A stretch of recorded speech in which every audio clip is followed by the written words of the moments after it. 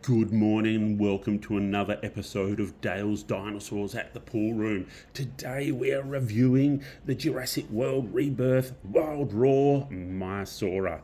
Stick around because after I actually review the toy, we're going to have a bit of a chat and a discussion and a deep dive into the dinosaur itself. The package is pretty cool. It's in this neat, sturdy box. The dinosaur is tangible. For those people who like to keep their figures still in their boxes, the back of the box gives a little bit of an insight as to the play functions. And where do we have the skin tag? Yeah, there it is. It's the little tattoo on the bottom of the foot, and also the other figures that came in this wave. As you know, though, I like to rip my figures open, so let's get her out of the box. Right, now that we have Maiasaura out of her box, we can have a better look at her. Sculpt is pretty cool. I quite like this. We've got her in a quadrupedal stance. A little bit of trivia: the juvenile Maiasaura actually walked on two legs. It wasn't until they were a little bit older adults that they started walking on their four legs, which was pretty cool. Anyway, let's have a quick look at the sculpt itself. The legs, four arms actually go out as well as forward, which is pretty cool.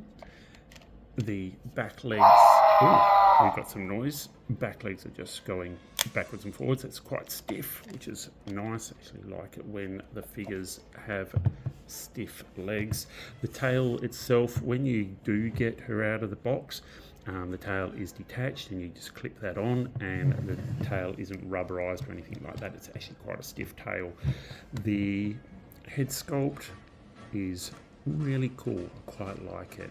As you know, Maiasaura is a duckbill hadrosaur, so we do get this, duckbill dinosaur, which is a hadrosaur, so we do get this beak from it being a duckbill, and we also get this little horn crest, which I do believe the Maiasaura did have as well.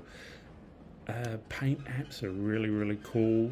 I like the fact that we have this orange little part here for the crest and the nose down to the beak.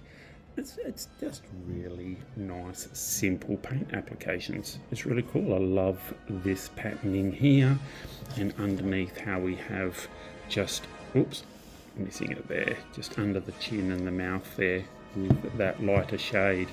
It's pretty cool. Let's just pop her front leg back in. The sculpting, again, is true to form. Maiasaura had four toes on both hind and front legs. Notice that the toes on the hind legs are all splayed out, and then the toes on the front here, walking on two, and it's actually got the other toes high up off the ground. So beautifully sculpted. This is a really cool figure. I like it a lot. The play feature is operated through the tail. We've got this head up and down. Do you like that? I really like that call. That's a cool little call. And also the tail twists for the head to go sideways. That's a really cool call. I'm going to do that again. Nope, not that one. That one. That's a great call. I like it a lot. Right, okay. Skin tag is under the foot. I don't even know what to call them anymore. It's like tattoo, tag, whatever. But yeah, nice. And I guess a little bit more for, took that out of the focus. The little paint around the eye there is kind of neat as well. It's a beautiful dinosaur. It's absolutely beautiful. So, a little bit about Maiasaura. Maiasaura means good mother reptile. The name came around due to nests that were found actually, I believe they were found before the holotype was found. Nests were found with eggs and with embryos and also young dinosaurs as well. So basically, this gave evidence that Maiasaura fed its young in the nest, and it was actually the first evidence of this behaviour by a dinosaur, which was, there you go, good mother. So alongside the nests, they actually found the skull for Maiasaura. So that's where they got the evidence that the dinosaur did stay around the nests and look after the young. Maiasaura is from the late Cretaceous in what is now Montana. It is a duck-billed dinosaur, as I said before, a hadrosaur, and first fossils were found in 1978 and it was named in 1979.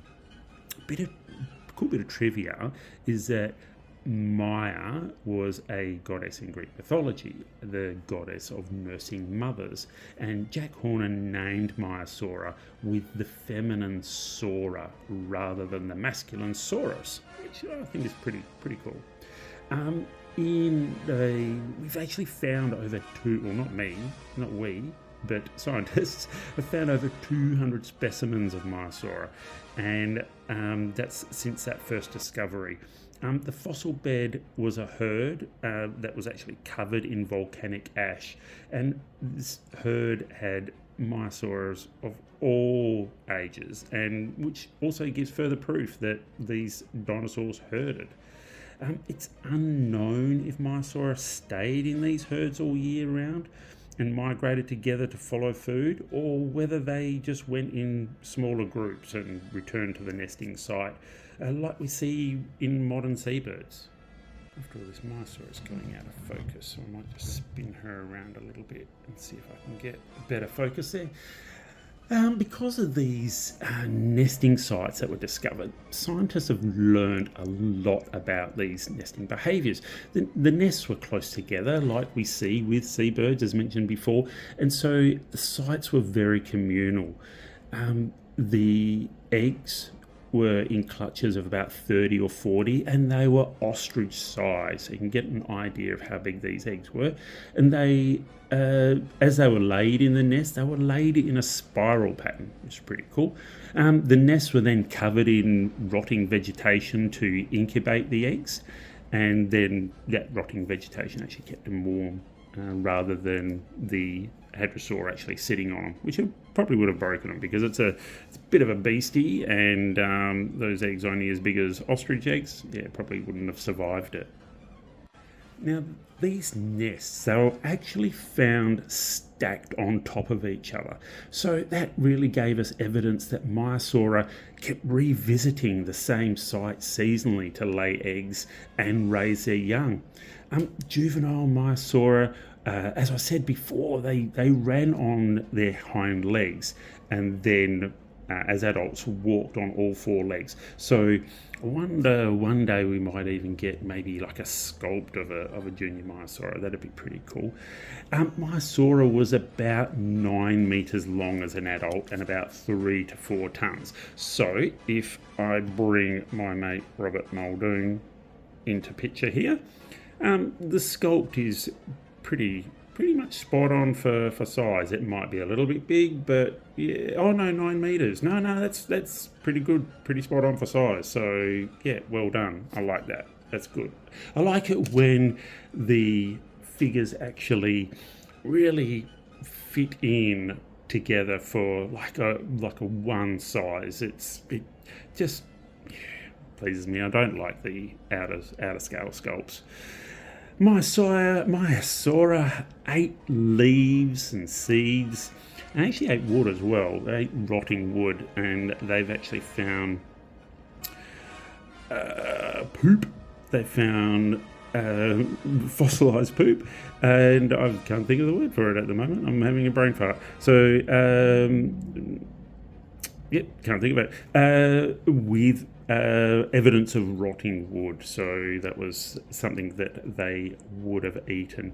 It lived alongside Orodromius, Bambiraptor, Hippocrosaurus. Yeah, lived amongst a lot of obscure other animals, and it's pretty cool to maybe look them up and see what actually lived alongside Maiasaura. I haven't even told you how long ago. 86 to 70 million years ago, about that time, late Cretaceous. Yeah, what a beast, what a beauty. I actually really like this. It's probably my new favourite dinosaur. I like hadrosaurs, and this is beautiful. Thank you, Mattel. Thank you a lot. So, until next time, guys, it doesn't matter what you collect as long as you enjoy collecting. My name is Dale, and you've been watching The Pool Room. Take care.